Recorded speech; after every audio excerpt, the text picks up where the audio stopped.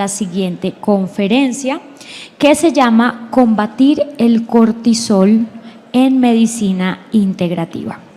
Y para esto nos acompaña una gran profesional.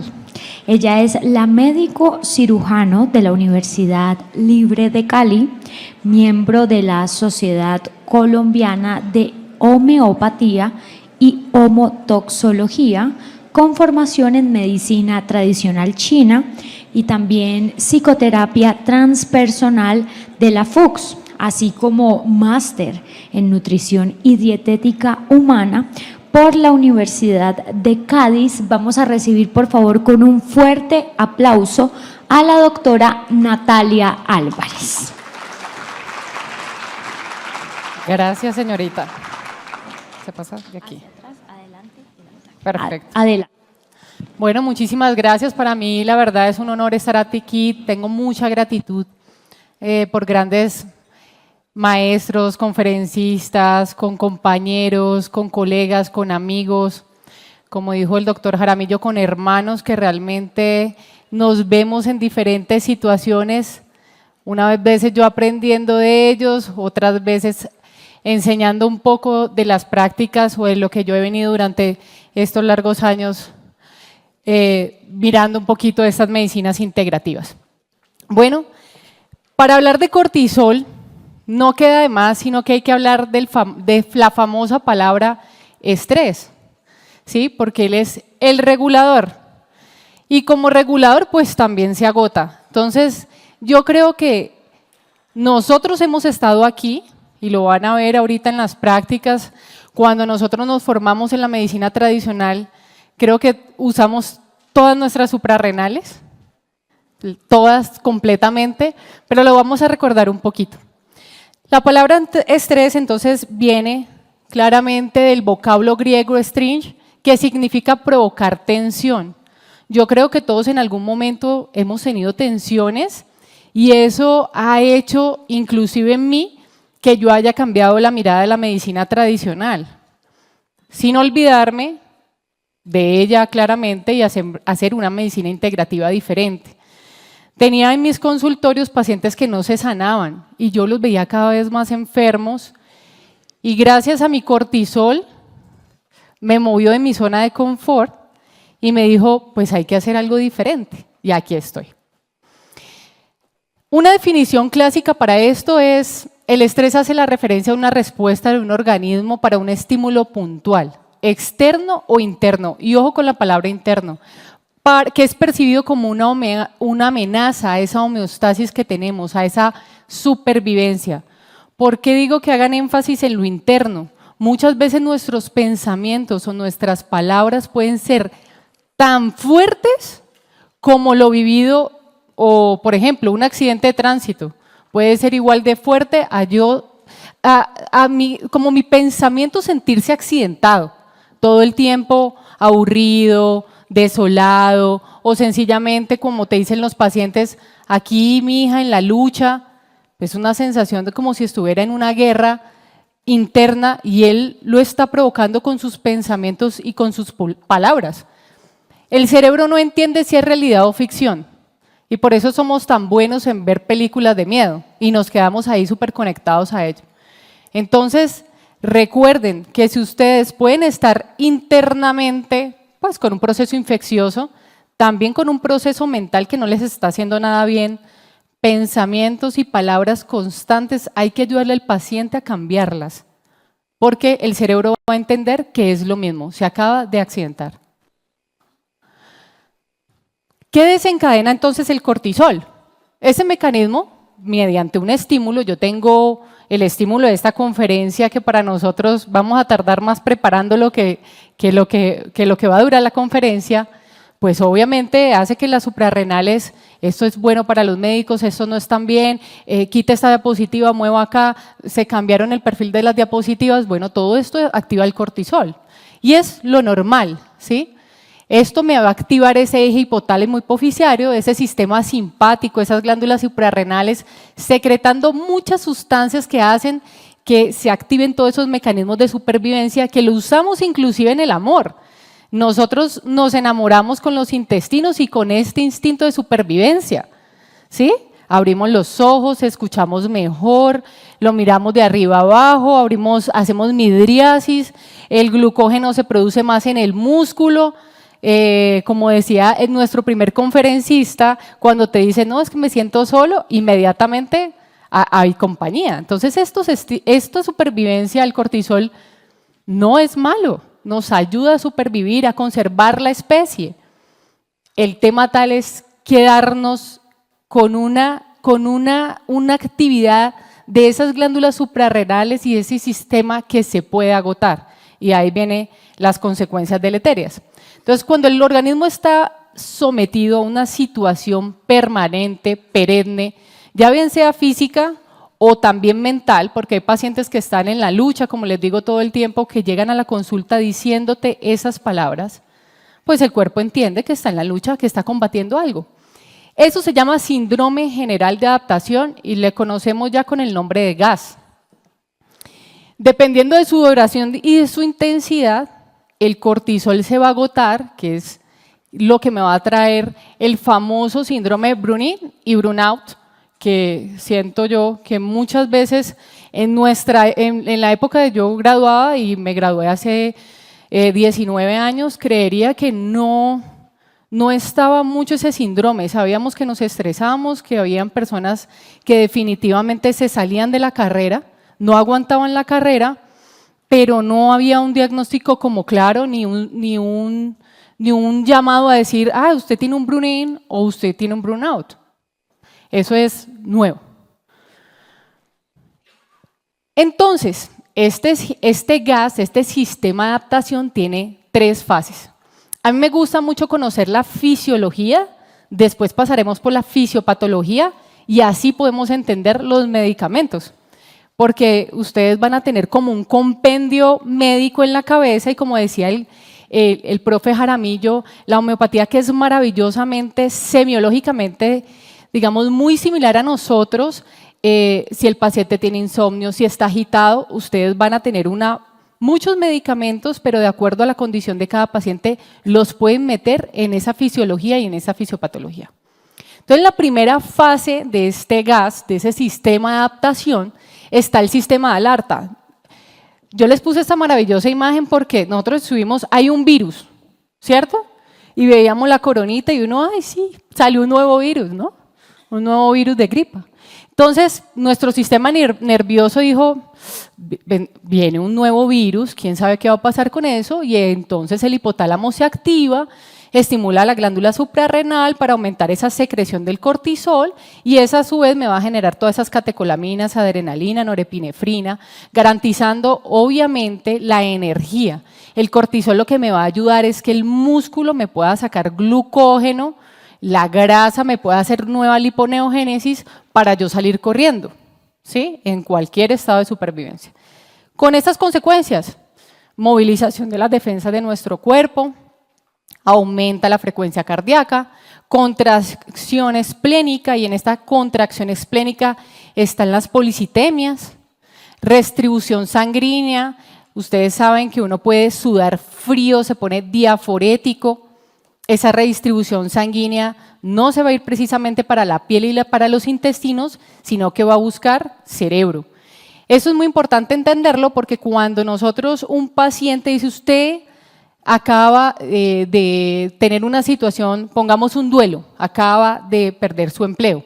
¿Usted dónde siente esa situación? No, doctora, yo siento una sensación aquí, me siento defraudado, me siento que me echaron injustamente. ¿Dónde lo sientes? Aquí.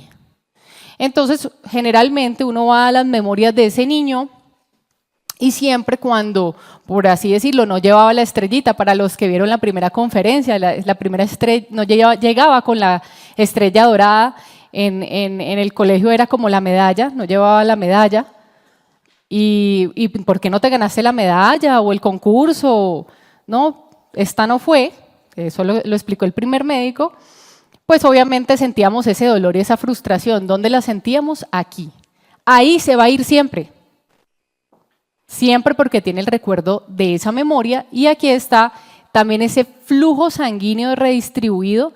y ustedes van a sentir que sus emociones se van a ir para la memoria de la primera vez que sintieron la frustración o el dolor, o para una memoria física de un accidente, o, ¿por qué no?, un proceso infeccioso en la primera infancia. No, a mis 3 meses me dio una neumonía. ¿Qué creen de qué va a sufrir ese paciente el resto de su vida? ¿Del sistema cardiovascular? No, del sistema respiratorio. Se va a ir a su memoria. Entonces, todas esas cosas la vemos en la activación del gas. Midriasis, yo necesito ver mejor, también escuchar mejor. Yo voy a poner a todo mi sistema vestibular a trabajar, por eso el vértigo cuando esto se me instaura. Aumento de la coagulación sanguínea, y aquí vienen muchas preguntas de pacientes relativamente sanos con trombos, ¿sí?, jóvenes. Uno puede preguntarle al paciente en qué estado emocional está o en qué situación está. Disminución del magnesio y la serotonina y el triptófano como primeros cofactores. El doctor Jaramillo decía, nosotros no sabemos de nutrición. Yo creo que nos va a faltar mucho tiempo para saber toda esta química que ni siquiera los nutricionistas pueden formularlos. Nosotros como médicos tenemos la oportunidad de mejorar nuestros conocimientos y habilidades y adicional a esto, generar que el paciente pueda tener buenas sustancias dentro de su cuerpo, con alimentos claramente, porque si hay disminución de magnesio, pues yo le mando semillas, nueces, semillas de calabaza. Si hay disminución de la serotonina, yo le digo, cuidado con tu intestino, vamos a hacer el famoso té o la aromática que se hace con la cáscara de banano. No se usa el banano, se usa la cáscara de banano para activar el triptófano, tiene más potasio que el mismo banano, se usa por la noche, eso es muy antiguo, para poder que el paciente no tenga pues niveles altos de glucosa, sino que simplemente use la cáscara. Triptófano, que también me lo va a activar, y obviamente ahí claramente en la fase 1 yo tendría que ya usar probióticos. Yo ya tendría que usar probióticos con este paciente, porque si se absorbe por el intestino el 80% de la serotonina y el triptófano, ¿quién me ayuda a hacer eso? Las bacterias, ¿sí? En la fase 2, ya es la fase de adaptación o de resistencia. Y aquí les puse esa imagen como última hora. Yo creo que todos escuchábamos, ¿no? Última hora. Ya no pasó de viremia, creo que vamos a confinarnos. Y entonces todos decíamos, ups, ¿qué va a pasar? No se sabe. Entonces, obviamente va a aumentar esa secreción de cortisol, pero también la dihidroespirondoestrenora, DEA, y ese cortisol posee un efecto catalítico. La dihidroespiroandrosterona me va a hacer el efecto contrario, entonces ella me va a tratar de frenar el cortisol. Pero ¿qué pasa?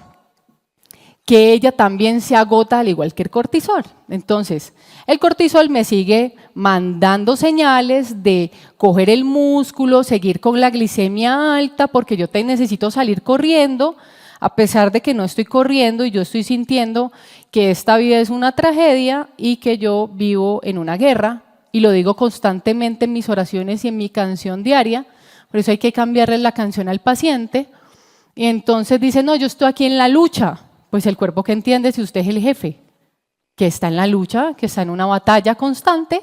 Entonces, estos dos personajes siguen compitiendo, uno intentando controlar y el otro intentando descontrolarse. Entonces, si persiste, definitivamente se agota la liberación de la DHA, no se produce más. ¿Qué hace el cortisol? Pues dice, pues yo soy el rey, entonces yo seguiré. Esto para los que se vieron intensamente, creo que es un ejemplo de esa maravillosa película de cómo es el cerebro. Entonces sigue intensamente gobernando y manejando el control de todo.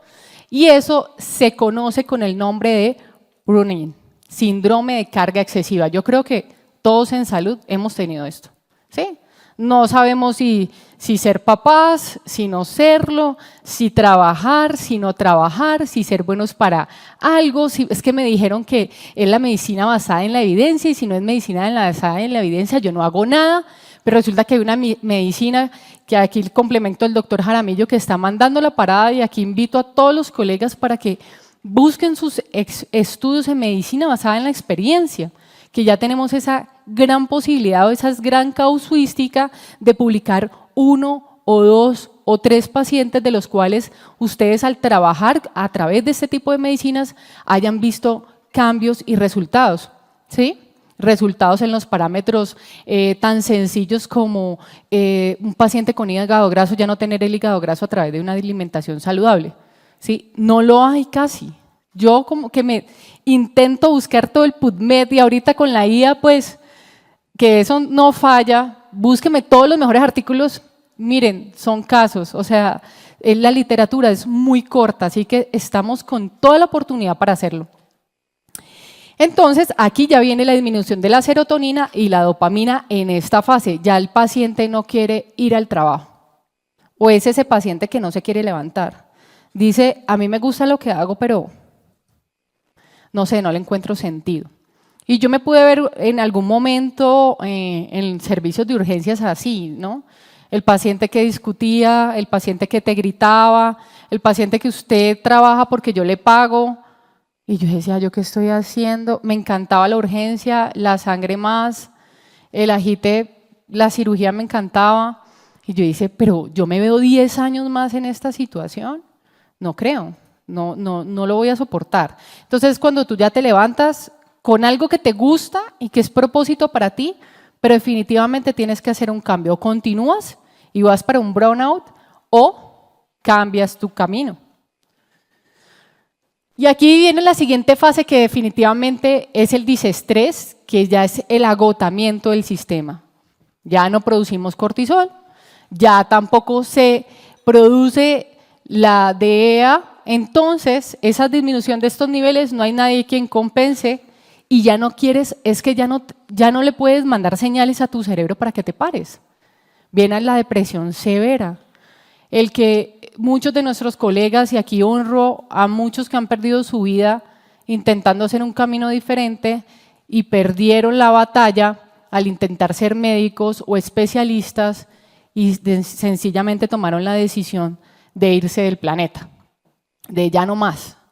Y aquí va también algo que decía el doctor Jaramillo, es un acompañamiento continuo que nosotros nos tenemos que ver, internamente conocernos muy bien y saber hasta dónde llegamos, pero no nos conocemos.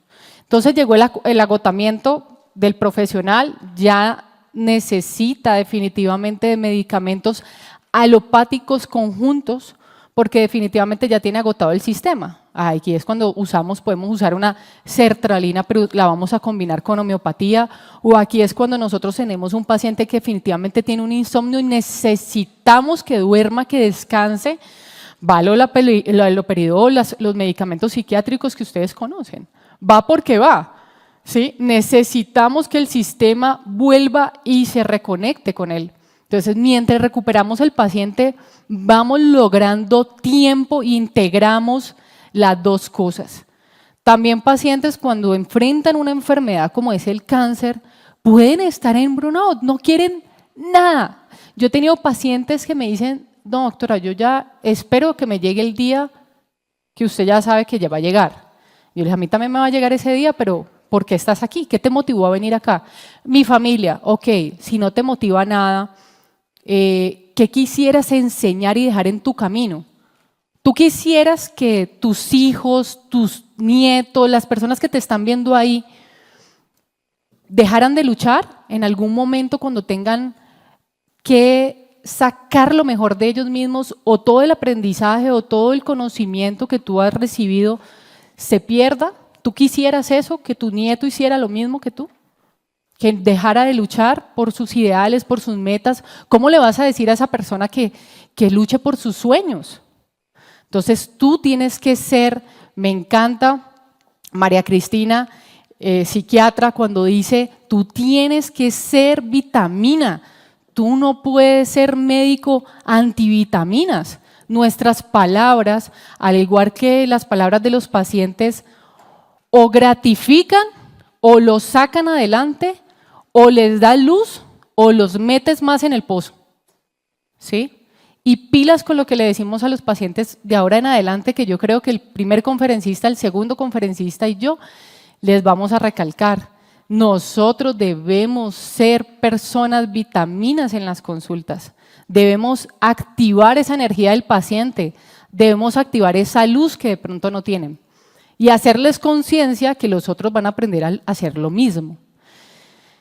Este definitivamente ya tiene déficit de magnesio y claramente de melatonina por el déficit de serotonina, así que este paciente no va a dormir bien y aquí es donde viene el conjunto que yo les decía.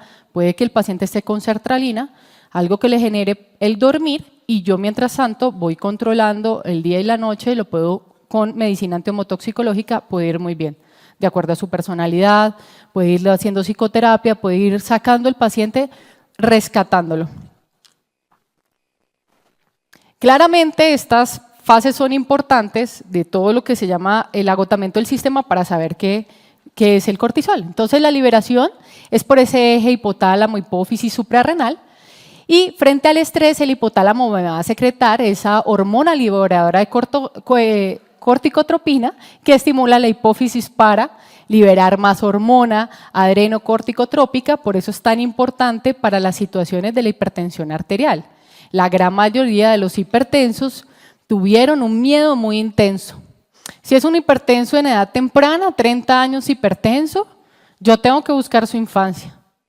Pero él vivió mucha tensión, o sea, su gasto suprarrenal está abajo, está en la primera infancia. Buscar en el inconsciente. Hay personas que son muy conscientes de sus situaciones y él no, yo tuve un papá violento, violentaba a mi mamá, le pegaba, la usaba delante mío, pegándole, y creo que fue eso. Como hay unos que dicen, no, doctora, mi infancia fue perfecta. Y yo, válgame Dios, o sea, qué bueno. O también pueden usar esa palabra que me encanta, normal. Fue normal. Y yo, ¿y qué normal para ti?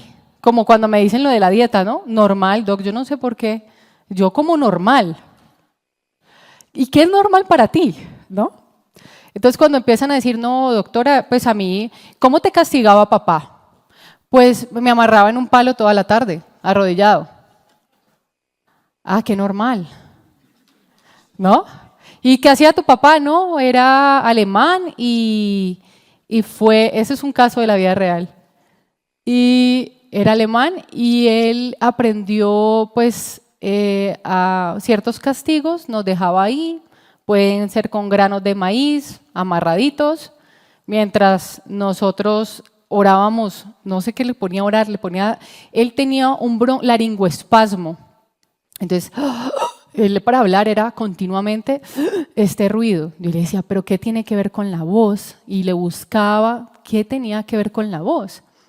Y el paciente tenía que usar una oración mientras estaba arrodillado horas en el patio, y eso era lo normal para el paciente. Entonces, ojo con la palabra normal, que te explique qué es normal. Y ahí ese paciente que no es tan consciente de la situación, que tuvo abuso, ¿sí? Lo puedes entender. Y ahí dices, ya, ahorita sí encontré la fibromialgia, ¿dónde está el abuso? La fibromialgia, para poner un ejemplo, porque lo había dicho mi anterior conferencista que me tiró al agua, ¿dónde está? Se me fue. Y, ya lo vi. Entonces, es muy importante que yo pueda ver y entender y ser compasivo con ese paciente y poder de dónde viene esa hipertensión, de dónde este sistema se me activó tanto para yo generar que está tan activo que se me quedó para toda la vida ese paciente con un medicamento que no lo va a curar, ¿sí? Como el 80% de las patologías. Dicen que es el 70%, un 30% son patologías agudas, que es el apendicitis, por la que nosotros luchábamos tanto, la enfermedad del costado en la antigüedad, y bueno, muchas otras que tienen reversa, pero el 70% son las patologías crónicas. ¿Por qué ese paciente hoy me llega crónico a mi consulta? Y porque ya no quiere nada. y empezó con una hipertensión arterial a sus 30 años. ¿Qué pasó atrás? Entonces, vayan desde el punto cero y devuelvan al paciente. Y ojo con las palabras, es que es normal, y mi dieta es normal, y yo no sé. Ese paciente lo tiene tan inconsciente que puede ser en el momento de la concepción, ¿sí? Ahorita que estaba mi compañero hablando de la fibromialgia tiene una base de una herida de abuso. Pero entonces a nosotros cuando nos dicen la palabra abuso, siempre determinamos la palabra sexual, ¿sí? Recuerda que somos refreudianos, ¿no? Entonces siempre la parte sexual. Y el abuso no solamente es sexual, es haber cuidado a sus hermanos siendo una niña también. Es haber hecho labores u oficios que no le correspondían porque era un niño, y el niño es jugar y experimentar, como decía el doctor, con esa gracia de lo nuevo y buscar lo nuevo. Entonces, heridas de abuso, hay muchas clases de abuso. Entonces hay que buscar qué le pasó a esa paciente, por qué tan abusada. ¿Qué número eres? Soy la quinta. ¿Cuántos hijos eran? 11. Tú eras la quinta de 11, ok. ¿Y tus hermanas? No, se fueron a los 13 años, se casaron para irse de ahí. ¿Y quién se quedó con tus hermanos? Yo los cuidé, yo los crié. ¿Sí? Y ahí pueden entender el paciente el síndrome regional complejo, que ya definitivamente sí tienen el dolor y la magnitud del dolor y deben ser tratados con esa misma compasión. No como si estuvieran locos y no se lo estuvieran inventando porque la electromiografía es normal. Sí tienen dolor. Entonces, la importancia de tener un cortisol equilibrado, yo creo que es tratar de que ese metabolismo facilita la gluconeogénesis, ¿sí? Esa formación de glucosas nuevas a través del hígado, aumenta esa glicemia periférica, todos lo necesitamos todos para salir corriendo. Por ejemplo, viene alguien a atacarnos, no sé qué sé yo, y pues hay que trabajar las piernas, ¿no? Continuamente. Promueve la lipólisis y la proteólisis para poder generar esa energía extra, ese ahorro que tenemos aquí almacenado en el músculo. Me da la respuesta inmunológica, me la modula, hace que esa inflamación no sea tan prolongada, la equilibra. Eso es el cortisol. Si nosotros tenemos un cortisol balanceado, nuestra inflamación mínima persistente no debería estar. Regula el día y la noche, por eso es tan importante. Hablábamos del tema de insomnio, yo creo que es el tema del pan de cada día. ¿Cuántas horas duermes? 4. ¿Cuántas debes dormir? De 7 a 8 horas. De 7 a 8 horas. Personas muy mentales, porque hay eneotipos muy mentales, pueden dormir 6 horas bien dormidas, pero deben meditar 2. ¿Sí? Y no meditar empezando en las cuentas ni nada de eso. Pueden sumarle a su carga del día, meditar durante 1 hora. U orar, o la palabra que usen para conectarse con ellos mismos, con una canción, con una estrofa, con un versículo, con un verso, con lo que quieran estudiar. Pero introyectar eso lo pueden hacer durante 1 hora para compensar. ¿Sí? Entonces, me regula el sueño y la vigilia. Cuando se activa en la mañana, es cuando ya está el sol, ¿sí? Y se me desactiva en la noche cuando ya está la oscuridad. Por eso es tan importante. O sea que todo el paciente con insomnio, que creo que es la mayoría de nuestros consultantes, tiene un tema de cortisol. Puede estar en fase media o puede estar en agotamiento. Ya hay que mirar cómo se siente, si está contento en su trabajo, si no, ¿sí? Si tiene un burnout o apenas está empezando en una fase inicial.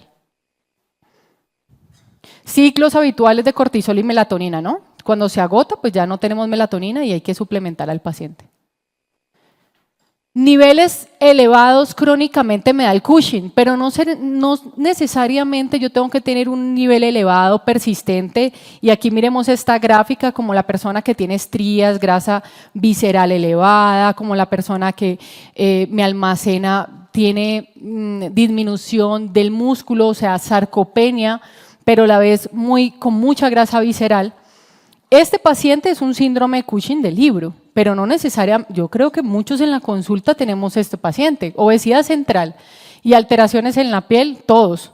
Sí, le pica, le rasca, tiene temas de insomnio, tiene la presión alta y adicional a eso tiene estrías. Pues tiene un Cushing hasta que no se demuestre lo contrario. Lo vemos hartísimo.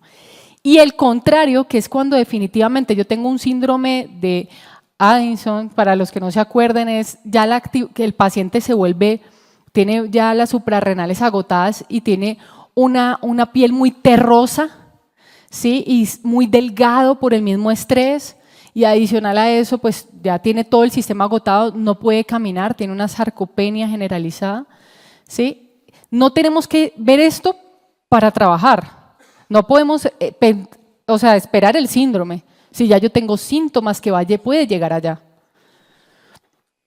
Los metabólicos, pues, me puede generar diabetes tipo 2. Sabemos que vamos a activar la lipólisis, la gluconeogénesis, entonces tiene toda esa tormenta de azúcar y adicional a eso el paciente está feliz comiendo carbohidratos mañana, tarde y noche. Entonces, come azúcares simples y el cuerpo está entendiendo que tiene que salir corriendo porque el paciente dice que está en la lucha. Pues ¿dónde es que es la lucha? Yo mando a todo mi sistema linfocitario, yo mando a todo mi sistema inmunológico, todas las cascadas las tengo activas, porque aquí en la lucha, doctora. Yo déjame esa palabra lucha, Dios mío santo, mientras esté en mi consultorio eso no vuelve a decir aquí. Cambiémoslo por otra cosa. ¿Qué vas a decir a partir de hoy? En la sanación, yo tengo un paciente que ya está en el cielo y hoy es como el momento de honrarlo. Y él siempre murió de 93 años y siempre me decía divinamente. Si hay una palabra hermosa es esa. ¿Cómo estás divinamente? Cámbialo por eso. No sé, lo divino a mí me parece que es lo grato, lo alegre, lo brillante. Divinamente hacia la mejoría. Era increíble. Yo le decía a Julio, esa capacidad para tú decir divinamente me has enseñado un montón. Los pacientes le enseñan qué debe uno decir.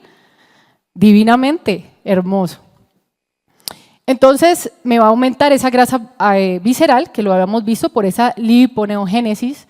También me va a favorecer ese almacenamiento de grasa en nuestro amigo hígado. Tenemos que cuidar, hígado graso no debe tener nadie. Es que lo tengo grasito. No debe estar graso, jamás. No, es que es grado 1, doc. No puede estar grado 1. Eso no está bien, estás en un estado presirrótico. ¿A qué te va a llevar con el paso del tiempo? Si tú sigues así en 10 años, ¿cómo vas a estar? ¿Ok? Afecciones del sueño, como ya lo hemos visto. El tejido graso, y aquí tienen que tener, pues nosotros sí tenemos un tema de genética, ¿no? Hay personas que sí se comen una papita y esa papita son 10 papitas, que es cuando tienen genes obesógenos que se activan y tienen genes ahorradores. Entonces, y la familia viene con esos genes ahorradores, ¿no? Y ahorran de todo. Ahorran plata, de todo, lo que ustedes no se alcanzan a imaginar, porque tienen esa facilidad para que su mente pueda ahorrar cosas.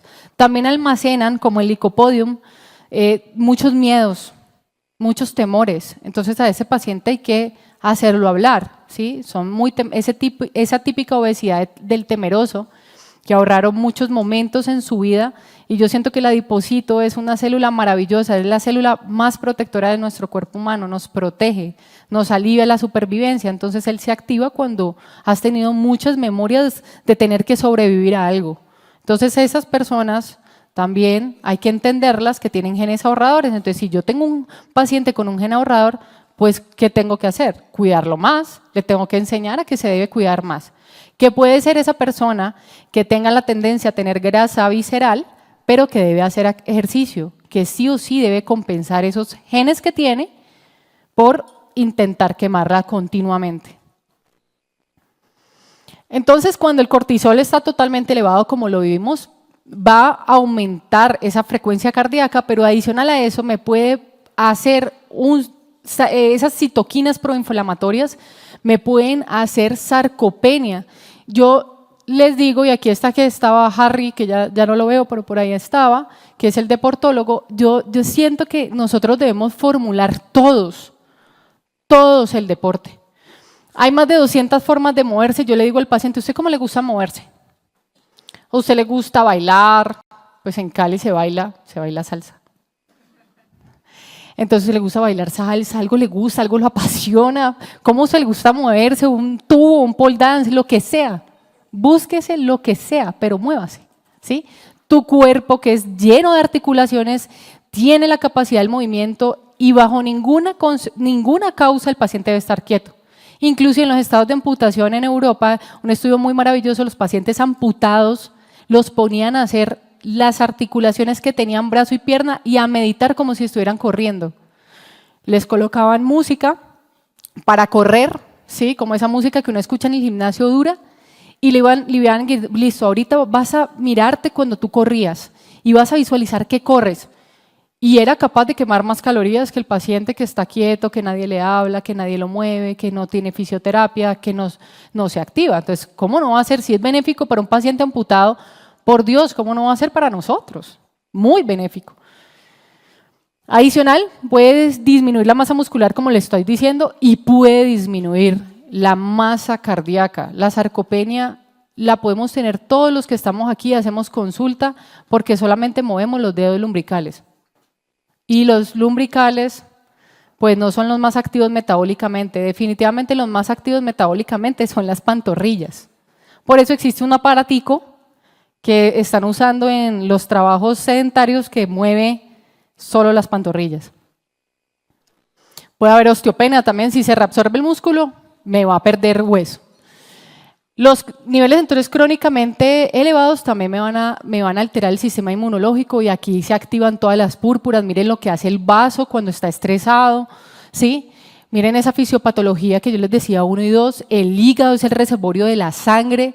Como ser reservorio de la sangre es el que redistribuye todo, si él no está bien, no distribuye bien su parte sanguínea, así que va a tener procesos patológicos en todos los sistemas. Eso lo decía la medicina tradicional china. Un sistema que no esté articulado con el otro me va a alterar toda la cascada. Entonces, pacientes susceptibles a infecciones, todas. Ese paciente que llega a ustedes y les dice, doctora, me ha dado más de 5 gripas en el año, por favor, investíguenle que tenga esto. No esperen a que llegue a un síndrome de Cushing o un síndrome de Addison. La ansiedad y la depresión es notoria en este tipo de casos y el cortisol elevado puede alterar todo el equilibrio de esos neurotransmisores que a mí muchas veces nos toca usar medicamentos en simultáneo y no... quiero que también aquí dejemos a un lado como a veces nos vamos al extremo. ¿Usted cómo está tomando eso? El paciente con ese cortisol así y usted le pega ese grito. ¿Quién le lo mandó? No, es que mi tía se toma eso para dormir y como yo no estaba durmiendo. ¿Sí? Ok. Hágalo de una forma bonita. ¿Quién te mandó eso? ¿Desde cuándo lo estás tomando? ¿Cómo lo podemos hacer diferente? Por ejemplo, ¿quién manda quetiapina? Que ahorita, mejor dicho, eso está del día a día, porque si no es el tusi la quetiapina, ¿sí? Entonces uno le tiene que decir al paciente, ¿desde cuándo estás haciendo eso? No, es que yo estoy cocinándolo, doctora, cocinándolo. Y aquí nos toca a nosotros culturizarnos en todo. Contame qué eso es la cocina. ¿Y qué cocinas y qué mezclas y cómo es eso? ¿Sí? Hay que aprender de los pacientes y hay que escucharlos sin llegar a intentarlos confrontar, porque ese paciente, aparte que no vuelve, tú probablemente eres la última posibilidad, porque la medicina alternativa, porque yo la llamo integrativa, pero alternativa es cuando a ti no te gusta mejor dicho, no te gusta el vallenato y solo rock. ¿Sí o no? O sea, que tú serás la última cadena del eslabón. Lastimosamente vamos a ser la primera, pero todavía en estas medicinas occidentales eres la última cadena. Como eres la última cadena, era el responsable de hacer algo diferente con el paciente, de escucharlo, de hablarle, de mirar por qué lo está haciendo. Bueno, obviamente una depresión me lleva a deterioro cognitivo, pero ¿cómo se puede llegar a suicidar? Porque yo ya no tengo deterioro cognitivo, estoy totalmente, todo mi sistema está out, o sea, no quiere nada. Entonces yo tengo que, mira, tengo estas posibilidades para ti, tengo esas alternativas, vamos a empezarlo así, pero yo quiero que tú obviamente me digas para qué eras bueno, qué te gustaba hacer, doctora, me gusta la música, listo, la vamos a volver a escuchar, quiero que esas palabras que tú estás diciendo me las cambies, quiero que cambies ese repertorio. Entonces uno empieza a intervenir, qué es lo que más te pone triste, qué es lo que más te duele, y empezar a abrir puertas, la puerta que te dé el paciente por ahí, no dudes en meterte, ¿sí? Esto me puede llevar a un Alzheimer. Ustedes yo creo que han visto pacientes en depresión, no se acuerdan ni siquiera de escribir. Escríbeme algo, no pueden leer. Doc, no puedo leer. Gracias a Dios se inventaron Audible y vino la pandemia, porque eso nos liberó de una cantidad de cosas que no hacían. Entonces ya uno le puede colocar Audible. Vas a escuchar eso todas las noches. Vas a escuchar este mantra, vas a escuchar esta música a los 947 Hz. Lo que ustedes en la herramienta que ustedes conozcan, úsenla. Lo vamos a poner con colores. Por la noche te vas a poner un color verde, vas a pensar en el Arcángel Rafael, con la cultura que sea, religiosa, no religiosa. Por la puerta que te abre el paciente, métete. Es un paciente que está urgido. Aquí voy a retomar un poquito lo que dijo el conferencista de ese maravilloso libro que me encantó, que lo leeré. Y es, todo empieza aquí, en una emoción. Él lo decía que puede ser, él lo hablaba, el ejemplo que daba era de una persona alegre, pero resulta que yo les estoy hablando del cortisol cuando está altamente elevado. Generalmente es estas caritas. O estás triste, o tienes rabia, o algo te pasa, o estás frustrado. Pero todo empieza en la emoción. Entonces, yo me conecto con esa emoción y yo les puedo decir, doctores, estoy triste. Y uno dice, pues no pareces, ¿sí? Aparte de eso, tiene que haber una fascia, tiene que haber, yo pensar en algo que me haga muy triste, muy, muy triste. Pero para pensar, y aquí está la clave, nuestro cerebro usa muchas sustancias. Y quien amplifica esta emoción, este código de la emoción, son nuestros pensamientos. Ojo, cuando estemos pensando, yo siempre les pregunto a los pacientes, ¿en qué estás pensando cuando tienes el insomnio? No, doctora, es que yo me pongo a pensar en los pacientes del día siguiente, ¿sí? O yo me pongo a pensar en un hijo que tengo enfermo. ¿En quién piensa? Quien amplifica la emoción son los pensamientos. Esto le da la fuerza a la emoción. Entonces, pilas con qué está pensando el paciente y que se quede en ese pensamiento macabro. Nosotros somos adictos al dolor, como la canción de Marvel. Bueno, es de Pipe Bueno. ¿La han escuchado? ¿Sí? Somos adictos porque es placentero el dolor, a veces mucho más, tiene más afinidad por los receptores que usamos que las cosas chéveres, que la alegría. Yo tengo en el paciente, cuéntame momentos dolorosos. Cuéntame un momento feliz. Espera un momentico, doctora, lo pienso. ¿Cuál ha sido el día más feliz de tu vida? Espérate. ¿Cuál ha sido el día más triste de tu vida? Triquiti. Más rápido contestan. Entonces, nuestro cerebro tiene una afinidad por el dolor y nos volvemos adictos, y si nuestros pensamientos están todo el tiempo en negativo, pues nuestro sistema, que es una pila completa de canales positivos y negativos, se vuelve negativa, y ahí es que viene la terapia neural y la acupuntura como fuerza para esto. Entonces, estos pensamientos, ¿qué hacen? Múltiples sustancias liberadas, neurotransmisores descargados, citoquinas proinflamatorias a morir, marcadores de señales, que son los marcadores tumorales. Cuando ustedes los vean, uno le da como dolor de cabeza. Yo veo a mi esposo estudiar eso y a mí me da como dolor de cabeza. Gracias a Dios no fui oncóloga. Desgaste de catalizadores, que son los que les estoy diciendo, magnesio, serotonina, norepinefrina, todos los catalizadores agotados. Y lo que nos decían la medicina tradicional china, que Dios mío, que yo amo mucho más que la Ayurveda, porque es más exacta para mí en la emoción, es la que toca el ser humano y para lo que estamos aquí, tocando seres humanos. El enojo, la ira, el cólera definitivamente daña el hígado. Las imágenes son viejitas porque pues, los libros son antiguos, ¿no? La tristeza, pero sobre todo la nostalgia, que es recordar el pasado, daña el pulmón y el intestino grueso. La angustia, que es yo ser muy obsesivo compulsivo, me daña el estómago, el vaso y el páncreas. El estrés, que aquí estrés es como ese estrés de tristeza, de frustración, no soy bueno, no sirvo para esto, no sirvo para lo otro, no soy buen papá, no soy buena mamá, no, sí, todos esos pensamientos que llegan a nuestro sistema dañan definitivamente el corazón, los grandes vasos y el intestino delgado, promotor de que tengamos un cerebro sano y un sistema cardiovascular sano. Por eso los probióticos sí o sí a todos los pacientes.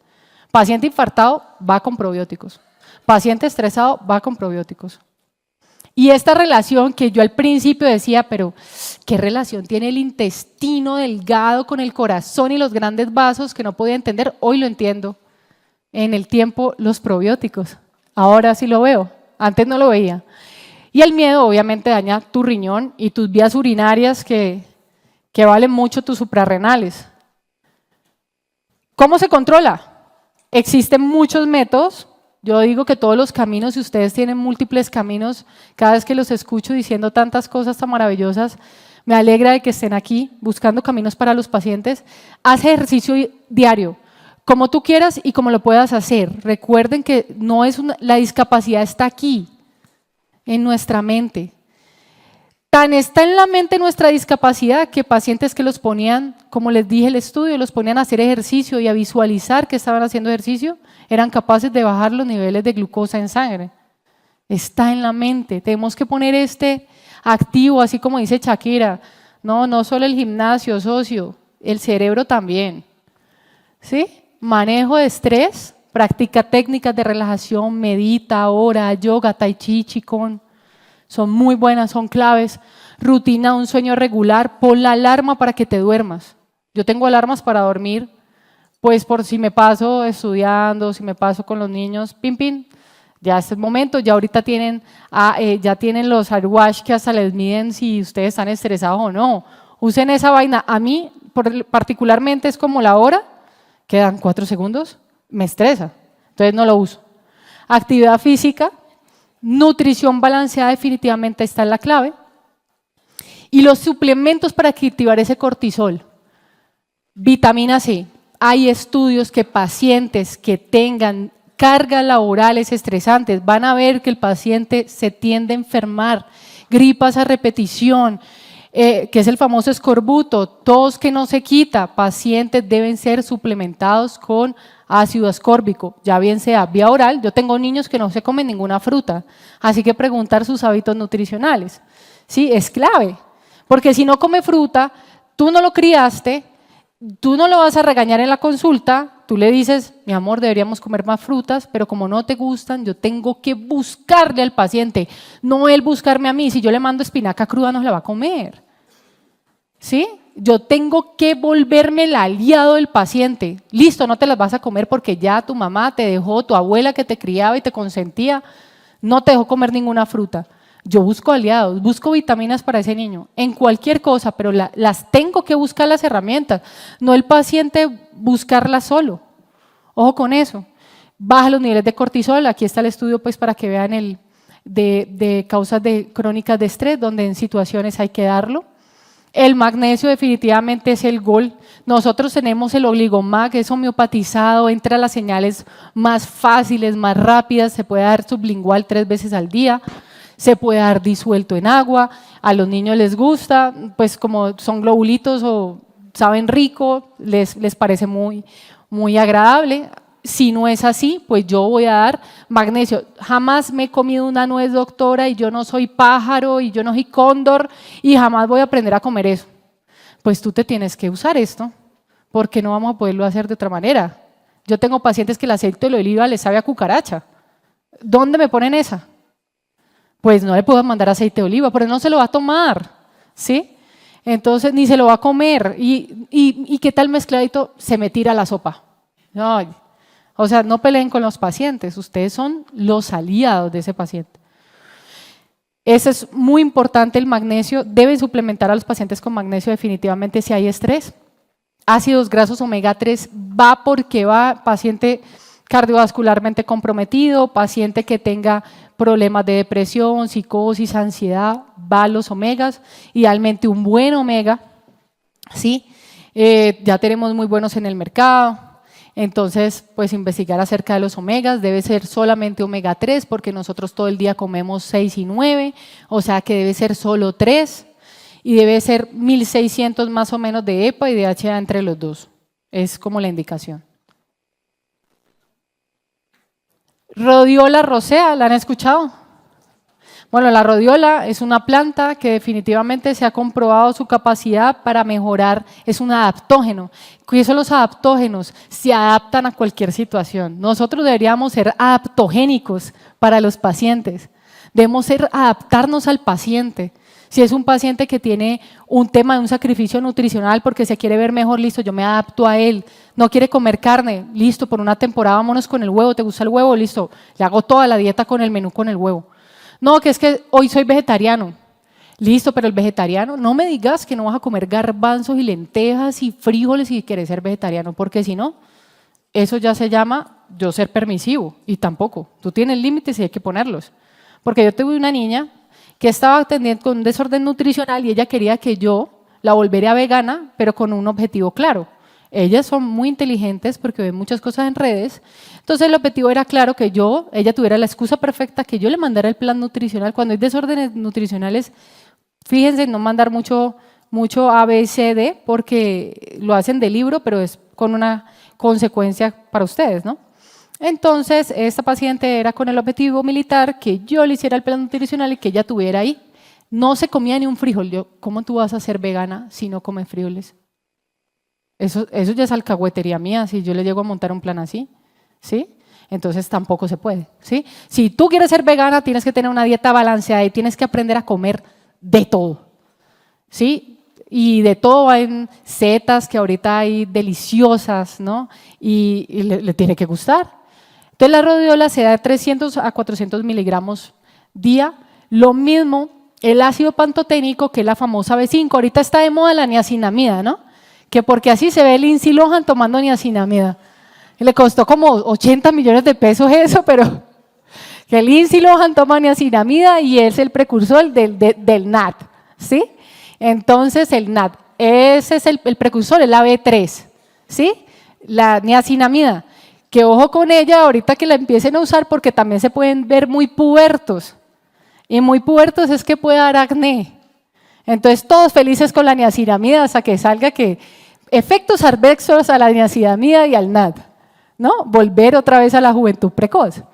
Entonces la B5 es el ácido pantoteico, lo necesitan para sintetizar el cortisol y pues hay unos estudios que es más o menos de 5 miligramos al día en dietas, salmón, cacahuate y mira que ahí está todo. La ashwagandha, yo creo que todos la han escuchado por ahí y definitivamente también es un adaptógeno, como la rodiola, ahí coloqué dos que pueden usar en la fitoterapia y se pueden ir con más o menos 600 miligramos al día, un estudio muy bonito con una P menor a 1. Ahí se los dejo. El zinc, tenemos el oligocin. El zinc yo creo que es uno de los más catalizadores del sistema suprarrenal. Ahorita sí ve, ya se me activaron las suprarrenales con eso. Por eso no llevo relojes. Y mantener el adecuado. Entonces, a suplementar con zinc. Los probióticos los he mencionado durante toda la charla, pero pues ahí está el estudio. Hay muchísimos. Son los encargados de la absorción de la B, del grupo B, del complejo, de la B12. ¿Cómo no los vamos a mandar? Mandamos B12 intramuscular, tóxica además, ¿sí? Y no les damos probióticos. ¿Para dónde va esa B12? Manden B12 con probióticos. Pacientes deben estar B12 por encima de 400. Vitamina D por encima de 60. Vayan a contra toda máquina, porque les van a decir que es un nivel tóxico. No, no se ha visto. Yo no he visto pacientes por encima de 100 y no están intoxicados. Y no lo he visto. También ayuda también la vitamina D, la que da el sol. La L-teanina, que la contiene el té, me activa la dopamina y la serotonina que yo les decía que se agotaba. La tiene el té verde, Té matcha, entre más verde, mejor. La terapia neural definitivamente, yo un día con mis colegas que hoy hago charlas, me casé y no me divorcié. La amo, la amo. Y definitivamente nos falta más estudios.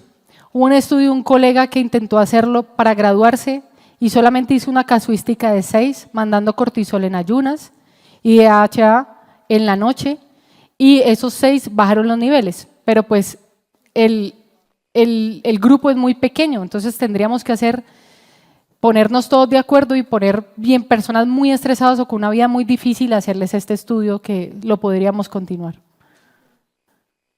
Esquema de sueroterapia, aquí les tengo el esquema. Oligomask, obvio los catalizadores, Vaco, Serenex, que lo tenemos endovenoso, el Agnamar, porque la gran mayoría de las depresiones tienen duelos no resueltos, duelos desde la infancia, tenemos duelos sin resolver, o eso es lo que llamaba Carl Jung gestales abiertas. Padre del psicoanálisis, le creo un poquito, no quiere decir que Freud no sea muy freudiana, en algunas cosas sí, pero yo siempre veo la vida. Carl Jung duró hasta los 80 años, si mal no recuerdo, Freud murió de 60.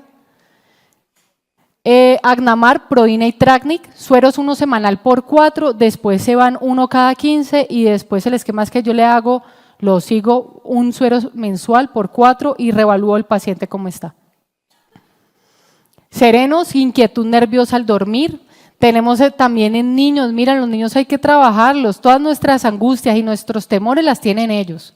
Eso es como las mascotas. ¿Por qué el perro se comporta así? Pues porque ustedes lo han visto así y él graba esos instantes de comportamiento y lo hace. Sí, acuérdense los reflejos consensuados de Pavlovsky. PASIT en niños y PASET e insomnio en adultos, 10 gotas cada 15 minutos antes del sueño. Y el serenos puede ser cuando estemos esos pensamientos tan insensantes como la conferencia de hoy. Serenos. Y como tener aquí a Estrella, ¿sí? Que son esencias florales, úsenlas muchachos, las flores de Bach son maravillosas. Estas orquídeas vinieron para quedarse y usen la Estrella para la ansiedad, el paciente se lo puede llevar. Usted cada vez que se sienta así, tenga susto, miedo, angustia, úselo, 2 puffs sublinguales. Si usted se va a montar a ese vuelo, úselo cada 15 minutos durante 1 hora y durante el vuelo se lo aplica cada 30 minutos. El paciente vuela. Obviamente le han hecho psicoterapia previa. La urgencia, cuando han tenido personas con cosas que generan mucha urgencia, accidentes de tránsito, cirugías, venga algo una mala noticia reciente, una frustración, un duelo. 2 puffs cada 15 minutos, 1 hora antes. Sé persona vitamina para otros. Ojo con el poder de las palabras que tenemos en la consulta. Ustedes tienen el sartén por el mango y estimulen todos estos químicos de la felicidad. La oxitocina se estimula meditando, pero también abrazando a la gente. Abracen a sus pacientes. El médico que les haya dicho que no los abracen, no sé cómo van a hacer, pero yo llego con colorete, con lociones de todos los olores y sabores a la casa. Me encanta. Haz un acto generoso.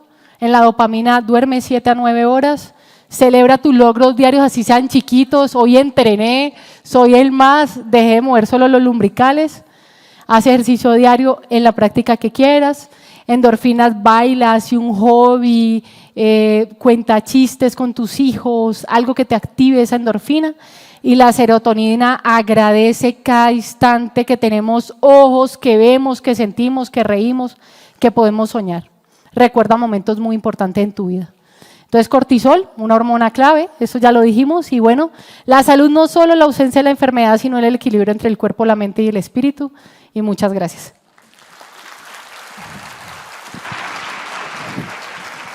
Bomba suprarrenal. Muchísimas gracias, doctora Natalia. Qué conferencia tan divina. Con todo el amor. Y Bueno, ustedes están muy invitados a hacer preguntas. Preguntas. Entonces, vámonos de una vez con la primera. Ya había esta mujer, hace algunos añitos, no digamos cuántos, le dicté uno de los primeros diplomados. Todavía nadie ha sacado nota más alta que ella. Felicitaciones. Ahí seguimos. Un aplauso. Muy activas. Primera pregunta. ¿Se me apagó, David? Mayday, Mayday, Houston. Momento técnico. Ya me prendió la... ¿Sí ve? Por el cortisol usted. Ahora Ahí sí. está. ¿Qué opinas del uso de melatonina en insomnio? Espérate que me sacó. Me encanta esa pregunta. No quiere. Yo creo que Ya. fue... ¿Qué opinas del uso de melatonina en insomnio? Según te entiendo, ¿es mejor regular el cortisol primero? ¿En qué momento iniciar tratamiento con hipnóticos alopáticos? Ok, recuerden de las fases. Por eso es tan importante la fisiología. Si yo tengo un paciente que está agotado, que definitivamente quiere estar en la cama, no quería venir a tu consulta y lo trajeron, literalmente viene con la cobija pegada, ese paciente está en fase de agotamiento. Ese paciente ya necesita de medicamentos con un compañero psiquiatra, con un compañero aliado o con un psicólogo que te mida en test qué tanta expectativa él tiene de vida y qué tanta propósito, ¿no? Eso también fue un estudio que se hizo en personas que el que tengan un propósito en la vida hace que tú tengas que salir adelante.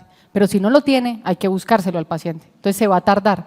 Para eso, en ese tardar de descubrir el propósito, yo ahí tengo que usar medicamentos psiquiátricos.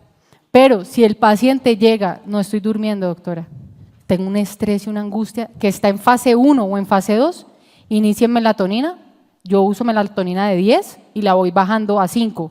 ¿Por qué de más a menos? Es como los AINES, uno debería ir de más a menos, no dejar la memoria en el cuerpo, no de menos a más.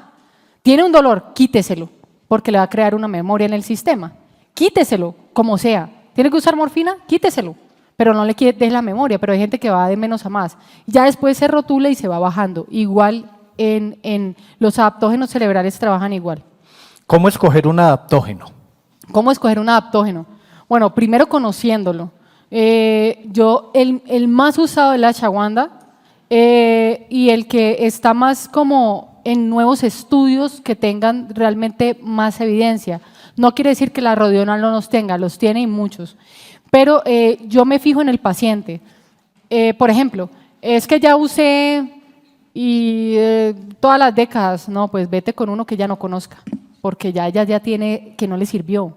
Entonces no le va a servir nada. Ahí yo uso la motoxicología, porque no lo conoce, no sabe cómo manejarlo. Para el cerebro, todo lo nuevo es novedoso. Entonces no tiene el recuerdo de que no les funcionó y no tiene el no por delante, que es, ustedes ya saben que es un engrame que es difícil de sacar, eso es como un alquitrán. Entonces ahí es saber la clínica del paciente, saber por dónde se metérsela, pero en los adaptógenos a mí me gusta mucho, obviamente, usar la medicina antemotoxicológica. Para mí es lo primero que yo hago, los desintoxico, le puedo dar un Serenos. Si no le funciona y el paciente de día está muy angustiado, ahí es que uso la fitoterapia, la ashwagandha u otros suplementos. Bueno, doctora Natalia, gracias. Así que el doctor Monsalve, en nombre, por favor, pase Dios por acá. mío. Miguelito. En nombre de LHA y la Fundación Científica LHA, Muy bien, le entrega este reconocimiento por su destacada trayectoria profesional y su valiosa participación en el CIMI 2025. Por favor, un gran aplauso para ella. Listo, corazón.